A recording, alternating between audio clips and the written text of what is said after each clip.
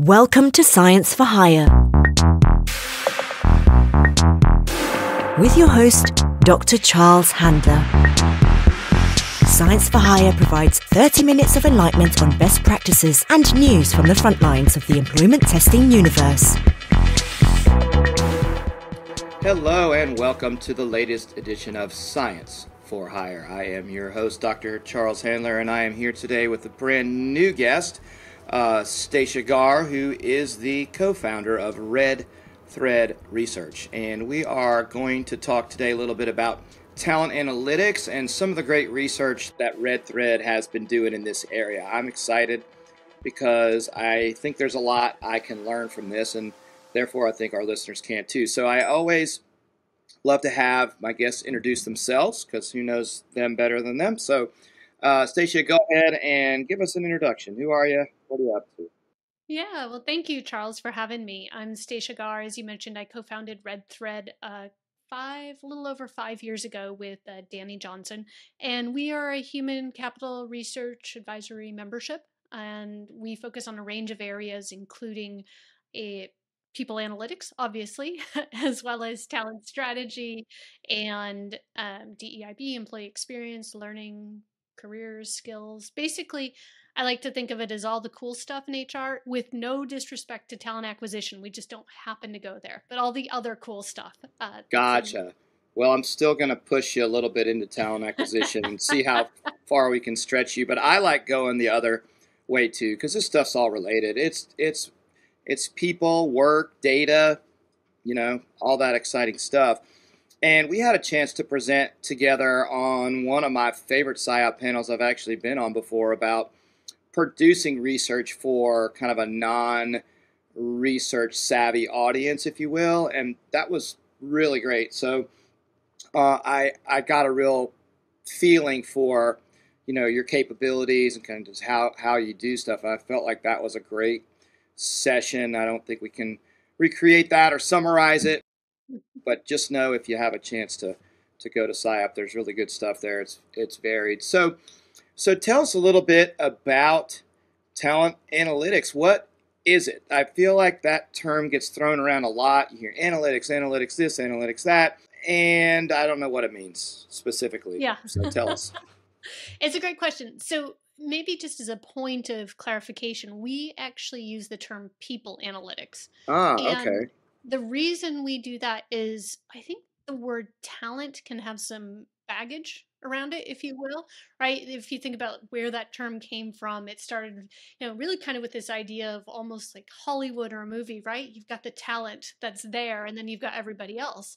And I think, long time ago when I started my career, when we were talking about talent, a lot of it was, we're talking about high potentials, we're talking about the leaders. And then talent kind of became this fuzzy term. So to get rid of that lack of clarity, we use the word people because that's what we're talking about is people. And that also makes clear that it doesn't have to be employees. It could be contingent workers. It could be others. Right. Yeah. So, and also to your point, it could be candidates. Right. So is somebody talent when they are not yet in the organization? Unclear. Right. So people analytics is what we refer to it. And basically it's this collection and, understanding and then eventually application of people data. And it's designed to improve what's happening with the people themselves and to improve business outcomes. So it's really all data that has to do something with people and with an intention of making people's lives better and making the business better. Yeah, that's what we're all about, right? I mean, I always look at it as two sides of a symbiotic relationship, and that's, the organization can't achieve their goals without the people, and the people have a real, honestly, psychological contract with the employer, real hopefully finding meaning in their work, etc. So it's great when it works properly, and maybe the data and analytics helps you understand if it's not working properly or why, right? So yeah. So what areas, talk a little bit about the areas. I want to get to your research because I think that's going to really provide a good framework for our discussion, and maybe now's the time. I mean, tell me about the research that you do. You have some really good intelligence that you all put together. Tell us a little bit about that, what's going on in there, and then we can start talking about what you found, etc. Yeah, sure. So the most recent study that we released was actually on people analytics technology. And that's a study that is in its fourth iteration. And what we've been able to do in, it's so funny as scientists, right? There was so much that was hard about the pandemic, but for us social scientists, it created all these natural experiments, right? Of things that have happened and changed. And so what's exciting about this study from our perspective is we started it in 2019 before the pandemic, and we've been able to really see what's changed and shifted Oh, over the course of that, oh which has yeah. been interesting. But yeah, the most recent study we've done is specifically targeted at the tech market, but it obviously requires a deep understanding of what's happening more broadly in the market to understand what the tech should be doing. Right. So if someone is buying that piece of research, and I encourage people for whom it's relevant to check it out, why are they buying it? I mean, what's the output in general that they're going to get from it? And because there's so many ways that you can look at these things, right? So tell us a little bit about that and who your target consumer is for this thing. Yeah, so it's really two sets of consumers, if you will. One is the people analytics practitioner or the HR practitioner who's doing this work, talent management leader, potentially somebody with an IO psychology degree who is at PsyOp. That group of folks are looking to buy technology and to Hmm. understand what's happening in the market. So to give you some perspective, when we first started this study, I think we had some 50 vendors in it, 50, 60, something like that in 2019. This year we identified 150 vendors in this Yeah. space. So Yeah. even if you as a practitioner just looked at the market pretty recently, 2 or 3 years ago, if you were implementing some sort of solution, now you're going to be, it's changed. There's different folks doing different things. They all integrate differently. I mean, it's just a different space. Yeah. So we're trying to help the buyer understand what's happening in the market, what's changed, and what they need to be paying attention to and aware of when they're starting their buying journey. On the other side, on the vendor community, that's another clear audience for us. And the reason for that is one, they obviously want to know what's happening in the market, but two, we want to help influence what they choose to build. So, for instance, when we did the first iteration of this report, we're talking a lot about people analytics and ethics. What are y'all doing? And it was right around when GDPR was coming into force, but there wasn't any similar laws on the books here in the United States. And so, but we were pushing, this is coming, and now here we are, right? And similarly, this year's study has a very strong perspective on what the vendor should be building and where they should be going, because of what we can see coming. That's so cool. There's some parallels to the work I did on the, mapping the assessment space, right? I mean, Yeah. for me, I've done that for a long time, but during the pandemic, I was slow and I can't not work. So I dove into that. And, the last one I did had probably, which is admittedly, maybe it was 2015 or something. I don't know.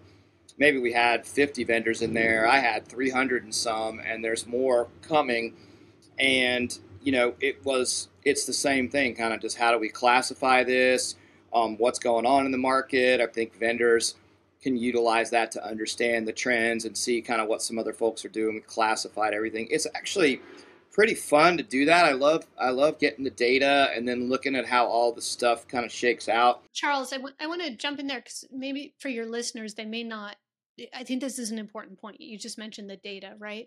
A lot of folks, I think, will begin their search by a Google search, right? And there will be these kind of generically created lists that are out there. And I think the value of someone like a you or a me actually doing this work is, I don't know what you did for yours, but we ran actually 3 separate surveys for ours. And we talked to vendors between, 45 and 60 minutes for everyone who's in our survey or in our study. We've done it at least within the last 2 years. Some of them, they're like, hey, nothing's changed. Yeah, Keep going, and you ignore it. But yeah. and so that's 54 vendors for this year's study that we actually looked at. And I think, that can give folks a better sense of the nuance because the marketing is everywhere. Everyone's going to say they can support everything. And these, generated lists are just pulling from that marketing. So it's, I Yes. think, important to make sure that you're talking to people and getting insights from people who have actually seen the software and talked to customers, as opposed to just, starting with a generic Google, or you can start with a Google search, all Of of us do, course. but don't Yeah. stop there. Well, now you can ask ChatGPT, although it's not as good with names of But it's companies. not, it's only till Yeah. 2021. Yeah, I know.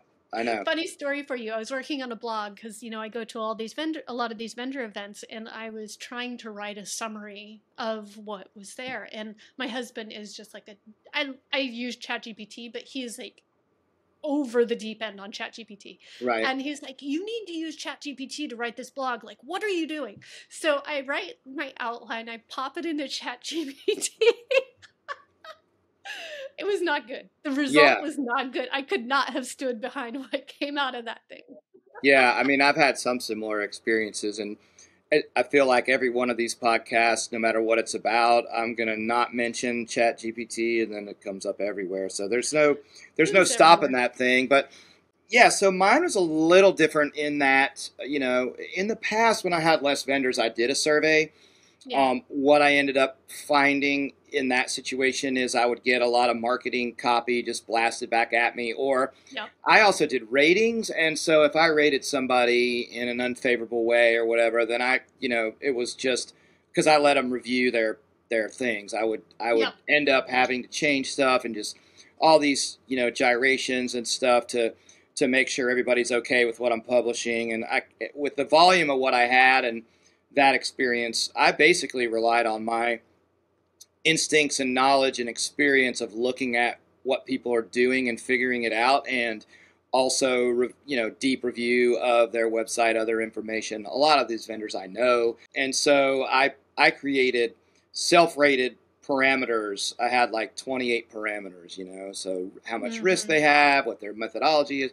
It worked out really well. Then we made a data set and we crunched the data to look for trends and stuff. And I feel like what we got was great. We also did market growth and market value analysis was in there. So there's a lot of fun stuff, but it wasn't quite. I wish I had the resources to have done an interview with everybody, but the scale of it just didn't support it. But anyway, enough about me. The scale is challenging. We just finished this thing, and I'm like coming up for air. Well, you have to do it again, right? So that was the other thing for me. It's like, oh my God, now I just did it. Now by the time it took me a year, now I got to go do it again. So I need a staff, but my area is so esoteric compared to the broader area you have. I think that's where it's a little bit harder. We built an online database with filters and you could subscribe and all that. That worked pretty well, but not enough to sustain, a company like you all do. So back to your stuff. So, I mean, you've got vendors in there. Do you have a market map, a classification system, trends? Like, tell me a little bit about the substance about the vendors that you have in there and how it fits into your holistic, picture. Yeah, so I mean, the answer is yes. We have all of the above. So we actually divide our study into two. The first one is a trend study that just looks at, what did we see, growth rate of the market, how it's changing, which parts of the market did especially well, et cetera, et cetera. And then the second part of the study is that vendor landscape, and is very much so, like I said, that one with kind of the strong perspective on what needs to happen in the market. Uh-huh.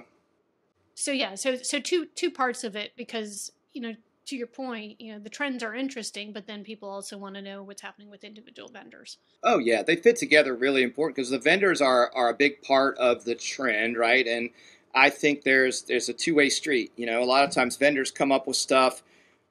The market looks at that and says, oh, man, I could really use that. That's filling a white space or a need. But at the other end, the vendors need to be listening to what the market wants. It really needs to happen in both directions. But I feel like, in the assessment space, the vendors have driven the change more than anything because they're providing the substance, right? And companies who are end users might come up with a lot of great ideas, but they can't really build that. And if you have a SaaS product or, a lot of clients, it's difficult to start making all kind of different changes just because one client wants something. I've been there. That's brutal, So yeah, no, that's really hard. Yeah, that model ended. And I think what we have the opportunity to do, you and I, those of us who do this work, is to bubble up some of the things that we're hearing, and also that we can see across the different vendors that maybe, for them, it's one one potential feature or one potential direction of a bunch they could go in. But when you see that, hey,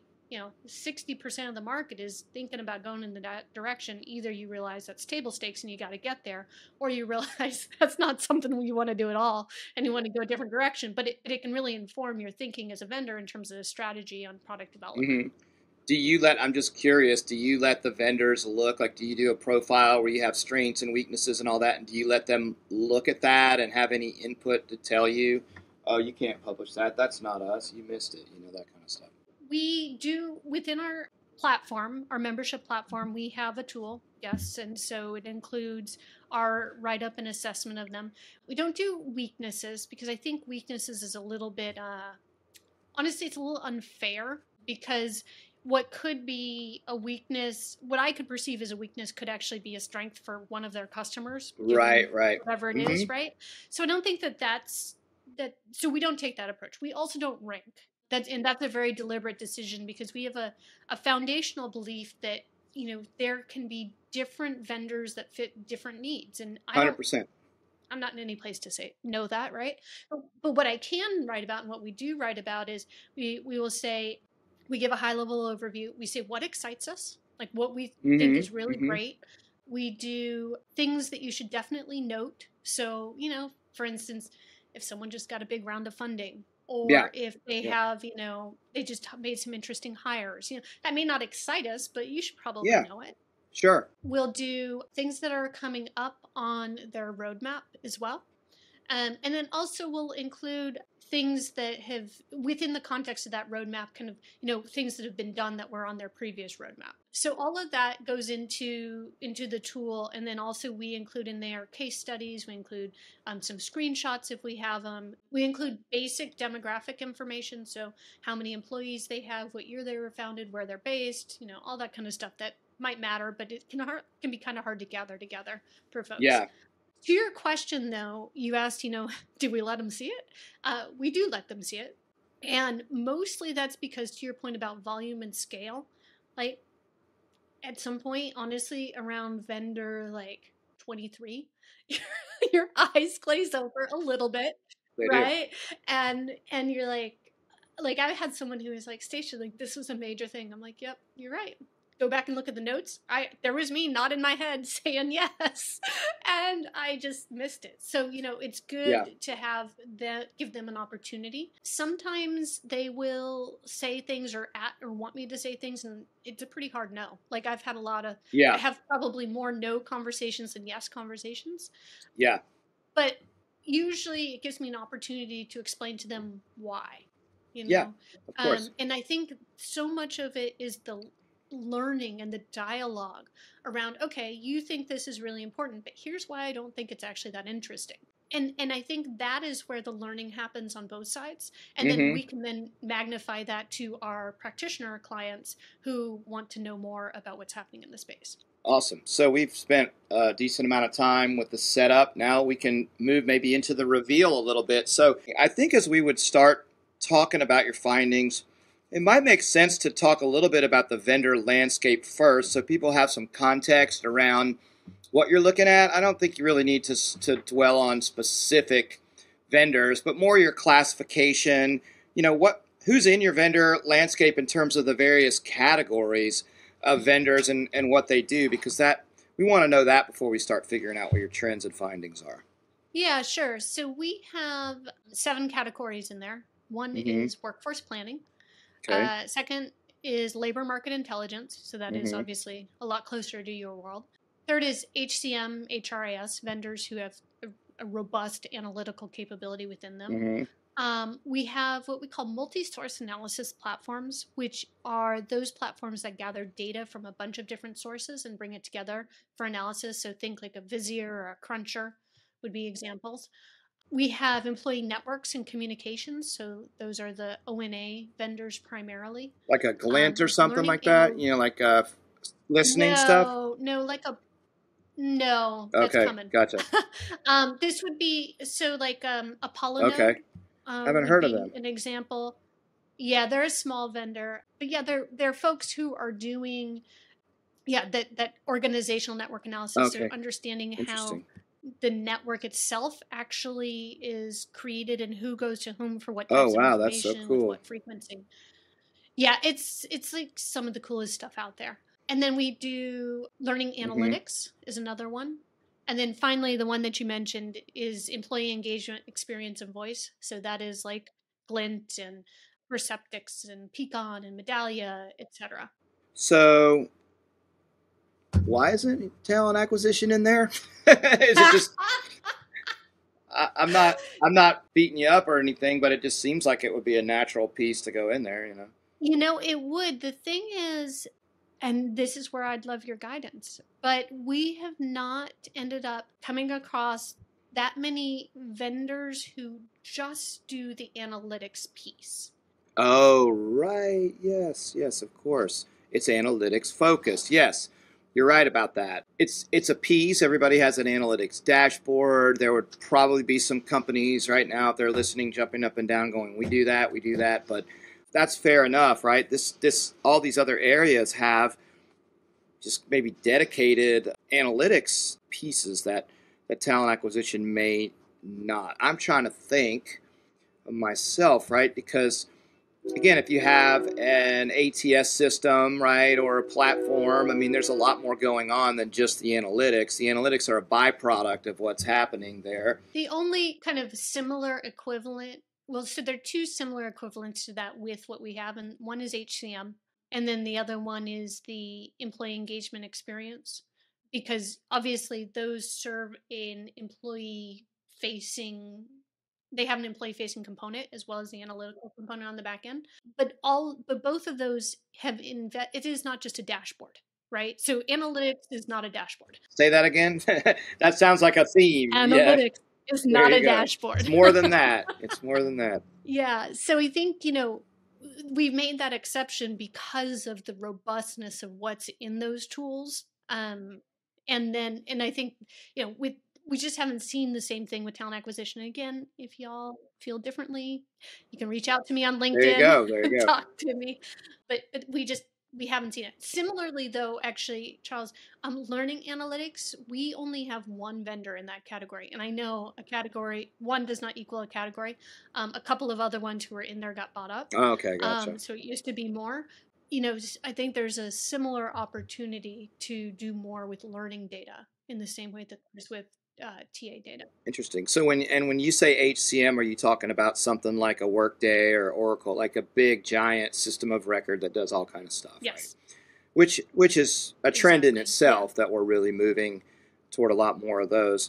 Cool. And I bet you've probably found trends within each layer, each of the seven, and then some that transcend. And in the interest of time, kind of going through each and every layer may not be worth it. But if we want to start with those individual threads, I would call them, or whatever, is there anything across those seven that's more unique to that strata or that classification of people that's worth the time to talk about here before we go into what are the macro trends when you kind of looked at everything? So any findings that you feel are relevant to any of those seven specifically that you feel our audience would want to know?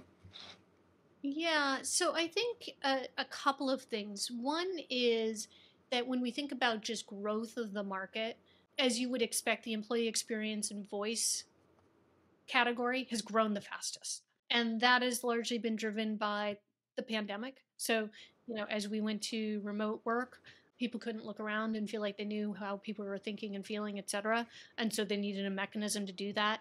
And then they kept with it because they found that the data were powerful in helping them make decisions. And particularly, as we had, return to office and now, whatever we are Who in knows right now. what it is? Jeez. Who knows?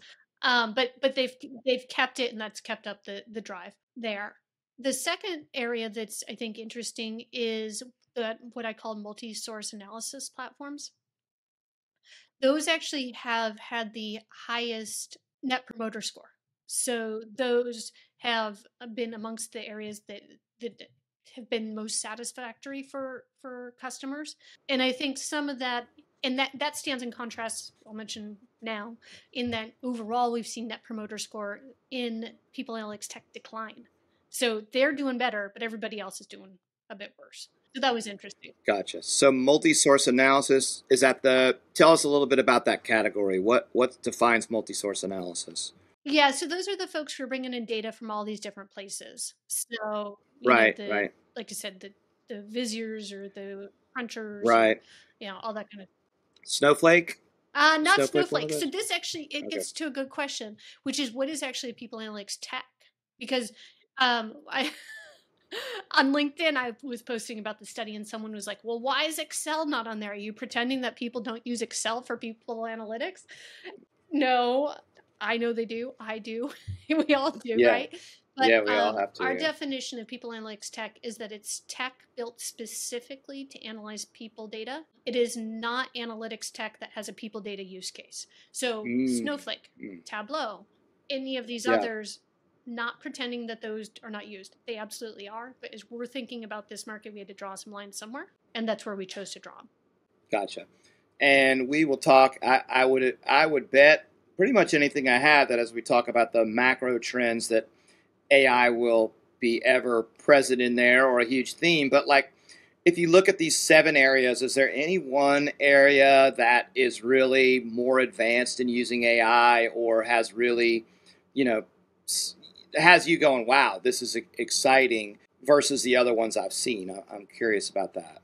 Yeah, so the multi-source analysis platforms again are the ones that I'm seeing the most advanced focus on generative AI and advanced Mm-hmm. AI in general. And Mm-hmm. the reason for that is that they are the ones for which there is the most natural use case because it's a big data sets, different Right. places, right? And you think about the power of what a LLM can do. Like for instance, I was just reading Yeah. yesterday about somebody in the people analytics community had posted about how chat GPT just with 2 prompts was able to basically take 2 different data sets, meld them together, and then produce the outcome that they wanted. And again, with Oh, 2 wow. prompts in about Wow. 10 minutes, whereas a normal person, even with technical help would take 4 hours, maybe. Yeah. Right. And so you think about this with multi-source analysis platforms, they're bringing in great big data sets, they're trying to figure out how to merge them and then synthesizing what's actually there within the data.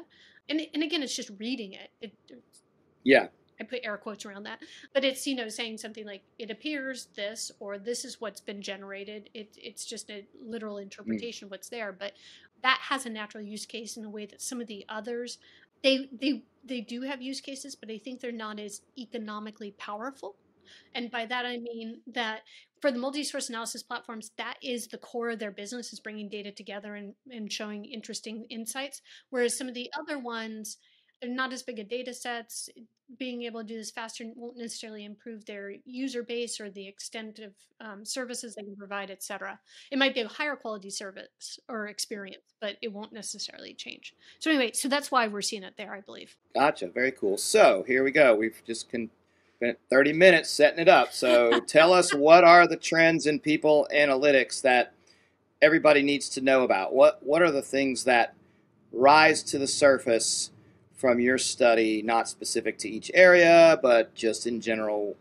Tell us what we need to know. You're the expert. Yeah, sure. So I think the first one is as you might expect, that the markets continue to grow. So we actually put the market at an estimated 5.6 billion in 2022, and that was a growth from 3.1 billion in 2021. So Gotcha.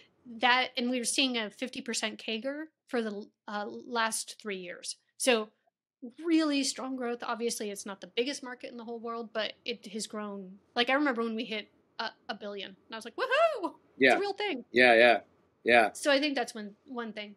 That said, vendors, like everyone else, were expecting this year to slow down, and that's what we've seen.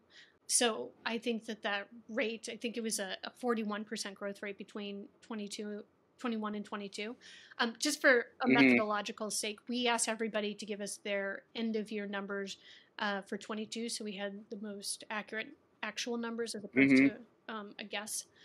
So that's where those numbers are from. But anyway, so it's going to grow a bit more slowly. Customers' needs are being met. Like there's a lot of new capability being developed and new products. But what's interesting is that one, those are being offered at a slightly lower price point than what we saw before. But the way that vendors are making up for that is they're charging more for services. So things that used to be bundled to support rollout are now getting pushed onto the client. And instead, the client is having to either engage a consultant or to use internal resources to actually get these products into market, which if I'm a vendor, I can see the financial reasons for doing so. But as you and I both know, Charles, so much of implementation success is due to how you actually get it out there in an organization. Oh, So I yeah. don't know Oh, if yeah. this is a good long-term strategy for these vendors, but it is what we're seeing. Yeah, I mean, assessment has got some definite pieces there. I mean, again, it's not a direct parallel, but yeah, there's things you have to do both technically and change management wise, and the more we move towards SaaS, it's there's always a tension there. But there's going to be, I think, pieces of the market that'll pick that slack up. It just may end up costing more. So anyway, sorry, go ahead. The other thing is and this is kind of the big takeaway. This is the big takeaway from the second study, and that is that people analytics tech users are less satisfied with the solutions than in years past. Really? And the reason for that is, we believe anyway, is that the use cases for people analytics tech have actually shifted. So they're not just people analytics practitioners or HR practitioners, but increasingly it needs to be across the organization. So people leaders, HRBPs, some of whom use this, some of whom don't, senior leaders, managers, and then eventually employees will need to have more access to these data to support their decision making around talent decisions. Gotcha. But not that many vendors actually focus on that. But we did find a statistical significance between if vendors focused on making the technology available to people managers and employees, we found that they tended to have higher NPS scores. Interesting. So in other words, in a lot of cases, there's one trained expert or one cadre of trained experts who kind of sit over this oracle of knowledge, and everybody else doesn't necessarily get to partake as much. They just see the outcomes. You're saying that you can spread the use case.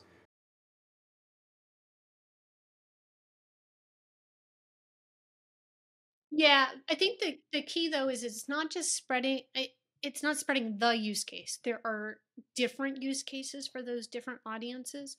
And in the past, I think that the space was trying a bit of a peanut butter approach, and so what you or I want as data analysts, because we like data and that's where we live, is very different than potentially, somebody else in the organization who's like, just tell me what I need to know and let me move on with my life. And that needs to be reflected in the tech. And often it's not, or it has to date not been for some of these solutions. Right. Some of the ones who are doing better are more effective at that. Gotcha. Interesting. Anything else? What else do you have to surface here as we wind down? There's always more. Well, literally, yeah. I think that each of the papers are 50 pages exactly. Each. But I think, the big message is that data about people should be coming to the people. Yeah.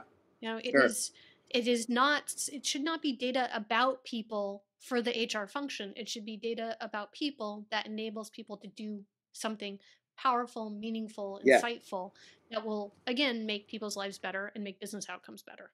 There's always interesting parallels, I think, in technology between business and consumer, right? And the more that we are exposed to consumer technologies that help us, the more we expect on our job to have those. So, I got the Aura ring and it tells me all my stats. So I'm starting to get data about myself, or even my financial planning software, whatever it is.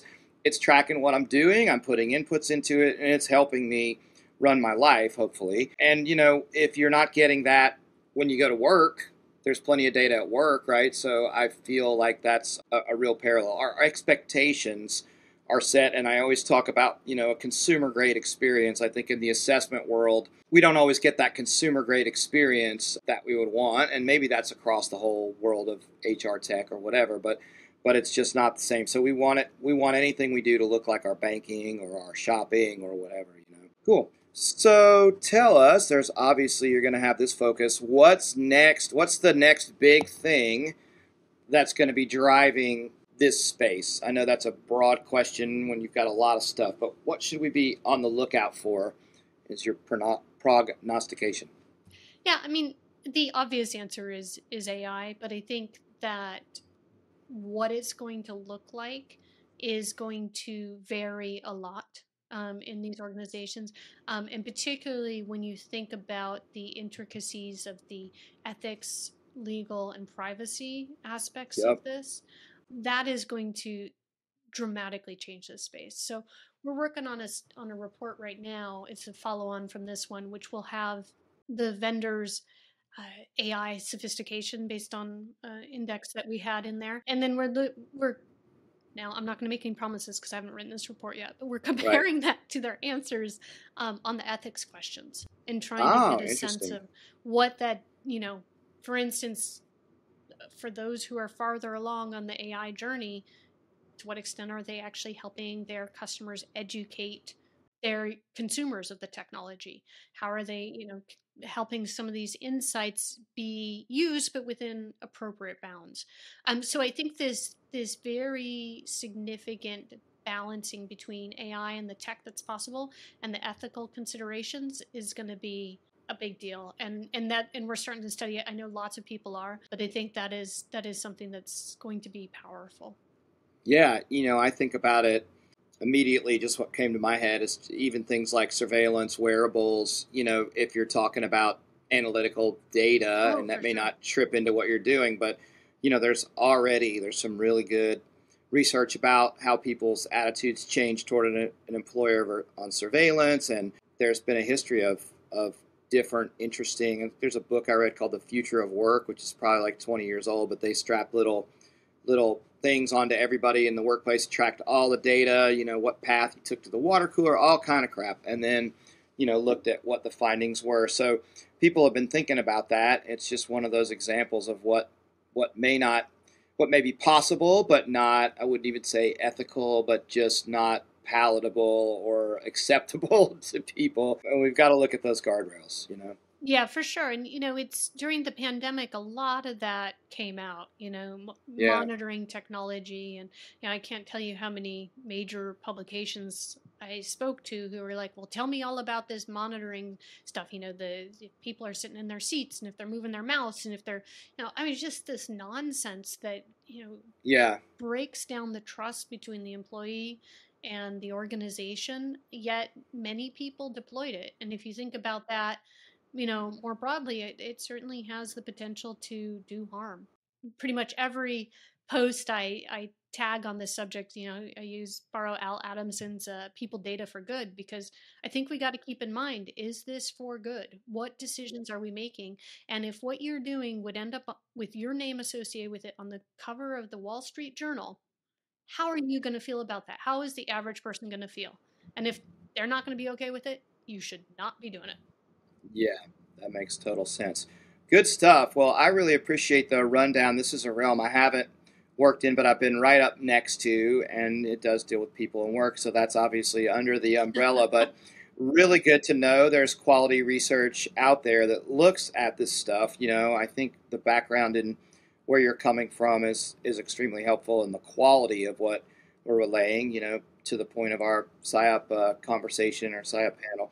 So tell everyone. I mean, we've talked about your company. Obviously, in this day and age, saying how can people find you, to me, it ends up being a little irrelevant because Google will do that for you pretty quickly. But anything you want to do, any kind of plug, this is your minute or two here to have your voice on anything really that you want. Yeah. So I think, for those of you who are interested in the cutting edge of what's happening in organizations and people and talent and data, we're your place. I worked at CEB Gartner before. I was at Burson by Deloitte for 8 years. I've kind of done the whole thing, and we are very firmly looking at near future problems and helping people solve them practically, as opposed to just way out there in the future of work, or looking back at practices that may or may not work today. So if that interests you, if you're excited about the super fun stuff in HR that will actually change how people behave and do good things in their organizations, we're a good place for you. We have both research and a membership community, and a way for people to interact with each other and ask questions and leverage the research and all that good stuff. And our idea is really just to get together cutting edge folks who want to do great work. So if you want to join us in our mission to create high quality, unbiased research, check us out. We're at redthreadresearch.com. And if you want to join the membership, it's just members, period, redthreadresearch.com.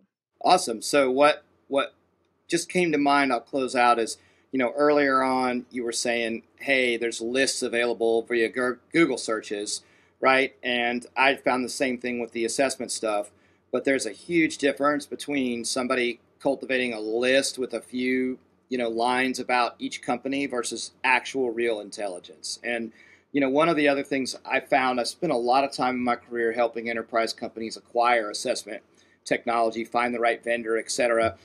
It's always was so interesting when these companies come to me with a list of here's who we think we ought to look at.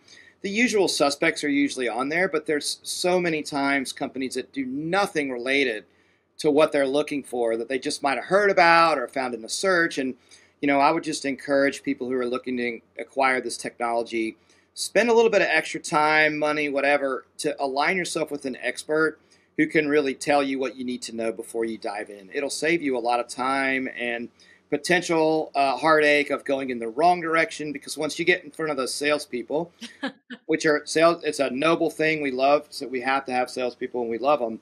But, their job is to land the deal. Not to say that they would lie or anything like that. That's not the case. But at any rate, you know what I'm saying. Objective, unbiased information that's real is good. So thank you so much for your time. Very enlightening conversation today. Well, thank you for the opportunity, and thanks to everybody for listening. As we wind down today's episode, dear listeners, I want to remind you to check out our website, rockethire.com, and learn more about our latest line of business, which is auditing and advising on AI-based hiring tools and talent assessment tools.